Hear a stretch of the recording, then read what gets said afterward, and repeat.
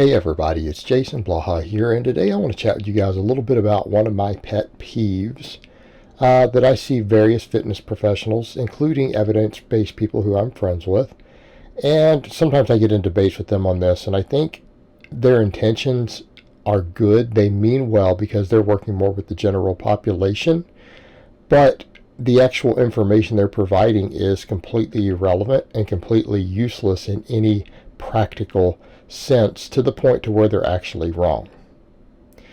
And what do I mean? It's when they start to say things like a pound of muscle only burns 7, 9, 10 calories a day. It's oftentimes they'll say 10.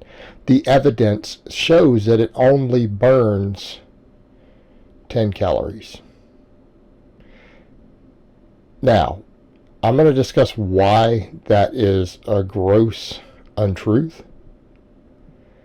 And the only reason they get away with saying is because of the exact wording of their line. And it's actually almost impossible to replicate in the real world outside of a lab. Like in a real human being, that is not what's actually going to happen in the real world. And that would mean what you do personally outside of a laboratory. So the reason they say this is actually good, because they have clients oftentimes who are like, well, the fastest way for me to lose fat is for me to just gain a bunch of muscle and then I'll lose fat. Well, no, that's not necessarily true. That's actually silly, because they're like, look, you're not going to burn that many more calories. And they get untrained lifters who are under some bizarre impression that they're going to stack on 15 pounds of muscle mass really, really quick. And so they'll get people who need to lose weight who maybe go on a bulk. Okay? And I understand the sentiment. I understand the issue there. Because no, that's not going to work. What they need to reiterate is that losing body fat requires a calorie deficit. And that I agree with. And that's not actually true either. It's practically true. Meaning you can lose a little bit of body fat without a calorie deficit. Absolutely. Are you going to lose 10 pounds of body fat in any sort of meaningful time frame without a calorie deficit? No. Could a person do a 10-pound recomposition over their first year of training at maintenance calories, basically? Yeah, but it would take them a year. And they're going to need to be an untrained new lifter. So I get what they're saying, that no, this is silly for this purpose. The problem is that people start to believe it, and the issue is that it's not true. The actual gym bro is closer to right when they say, well, you're going to burn about 50 more calories a day on average for every pound of muscle you gain. Okay. Both of those statements are true. Let's go back and look at the two statements. A pound of muscle only adds around 10 calories a day to your resting metabolic rate. Or a pound of muscle only burns about 10 extra calories a day. Right? That's a provable statement. The Jim Bro statement is true also if we word it differently. If you gain a pound of muscle, you will burn about 50 more calories a day. Notice the difference between you and the pound of muscle. It didn't say the pound of muscle burns it. It says that you will burn it.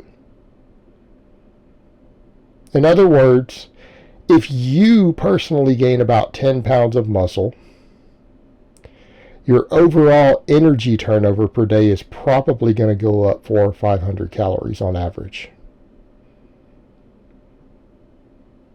10 pounds of muscle doesn't burn that many calories on its own. So what happened here? Well, we're dealing with a number of factors. They're looking at a single variable, resting metabolic rate. Well, who here trains who can ever measure your resting metabolic rate? Are you taking a month off from training? Are you laying in bed for a month? Are you up moving around? Okay. Your resting metabolic rate has no practical application for you as a lifter, an athlete, or anyone else. Like, there is actual no reason for you to ever actually know that number. It has zero benefit to you. Outside of laboratory conditions, knowing your resting metabolic rate is completely irrelevant for any practical purpose regarding weight gain, weight loss, weight management, anything else. It's completely useless. Right? You have no use for it. You can do absolutely nothing with that number other than write your doctoral thesis on it. So unless you're a researcher, there's no benefit to knowing that number. It doesn't help you. Let that one sink in. Why? Because you're active, you're training. Okay. A person who is building more muscle is continually increasing training volume. Now, the same people will say, well, the training itself only burns a few calories. The actual act of the lifting burns a few calories. Okay, lifting 405 for 8 reps actually probably only burns about 8 calories. That's true. What about the time in between? What about the elevated heart rate and breathing between every set? Well, that burns probably more calories than the lifting did. But it's the overall combination. There's a synergy that occurs between the actual calories during the workouts, after the workouts, and between the work sets. The increase in resting metabolic rate from the muscle gain, those are factors. Then we come to the big one, NEAT. Now, we know, based upon all the research, that NEAT actually probably burns more calories than any amount of exercise you do unless you're an endurance athlete. Right? If you're someone who only trains for an hour or two tops a day, your NEAT probably burns more calories than your exercise does.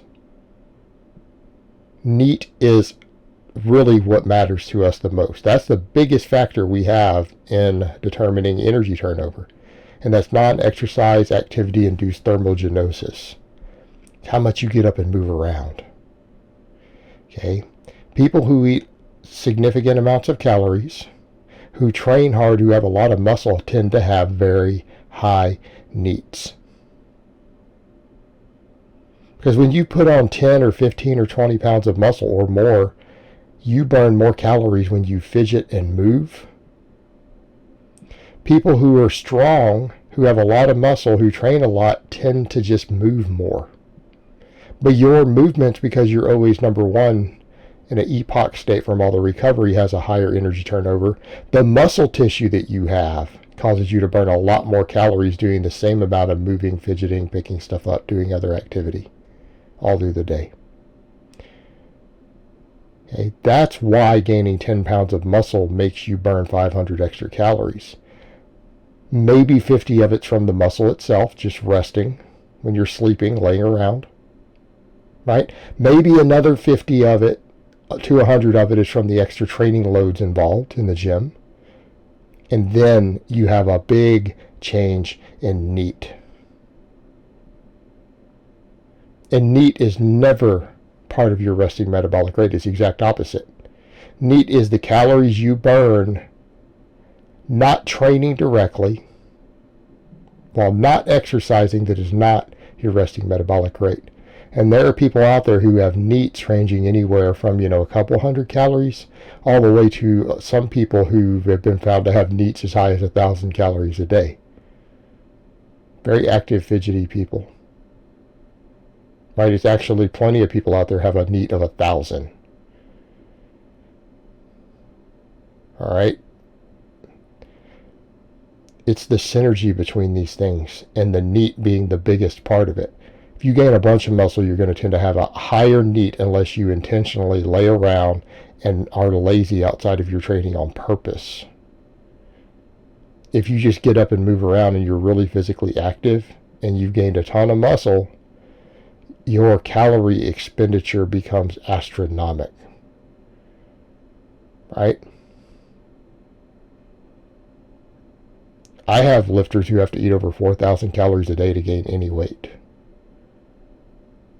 Hyperactive, hard training young men. Okay, and I'm not talking about my guys who weigh over 200 either. I have kids under 200 pounds who need 4,000 calories to gain 2 pounds a month. Their NEAT is that high. So the people who are saying this, they mean well, because they're not dealing necessarily with athletic populations or people who are under the assumption if they can just stack on some muscle, they're going to see this massive change. No, it's the people who are very, very physically active who see this enormous change. So they're technically right and they mean well, but the reality is when working in the real world, if you get people really athletic, not what some of these trainers are doing with sedentary populations trying to get in shape, you are going to find the numbers are closer to what the gym bros are saying. But that's when you now have a fitness and an active lifestyle, not that you just do a little bit of lifting. Alright guys, so that's really all I have to say on that today. I hope it's been informative, and I will talk to you guys next time.